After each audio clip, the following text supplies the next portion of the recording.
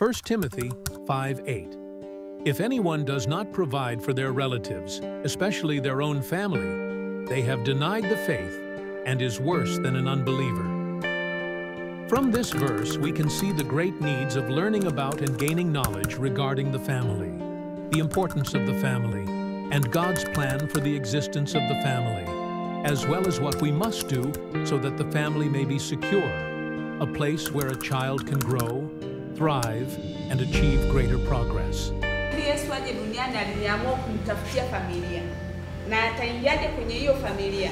Tayari anaingia kwenye watu ambao wana malengo ya kuoana. Hakwenda tu kwa mtu yoyote. Na maana yake Mariamu alikuwa tayari watu waliokuwa na malengo ya kuoana. Akatafuta familia, watu ambao wana mpango. Kwa sababu tayari na maana psychology alikuwa ameshajiandaa kuwa na nini? Na familia. Kwa hiyo tunaona anamtokea Mariamu kumwandaa psychology kwamba ninakupa mtu na humu ndani unaenda kubeba mtoto, lakini si katika uwezo wa Yusufu au wa biolojia, ni mimi Mungu naenda kufanya huu mpango.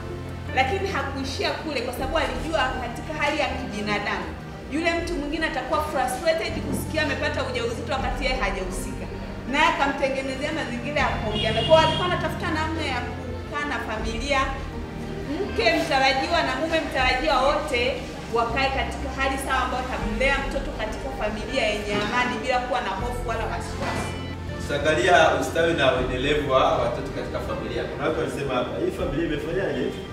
Imestawi. Imestawi. Familia zetu zimestawi. Familia zetu makanisani zimestawi. Familia zetu kanisa letu. Kwa tuangalia miongozo ya Biblia juu ya ustawi na malezi ya watoto. Hapa tunasoma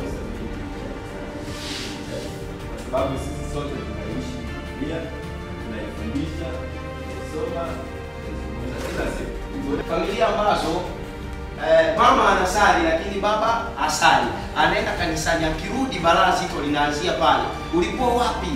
Namna gani? Sasa maana yake unakuta baba asali, kwa hiyo inapelekea ina athari kubwa, inaleta athari kubwa baina ya watoto. Na ile tumeangalia ile picha, unakuta wako huku, maana yake tayari huyu ana wa kwake na huyu ana wa kwake.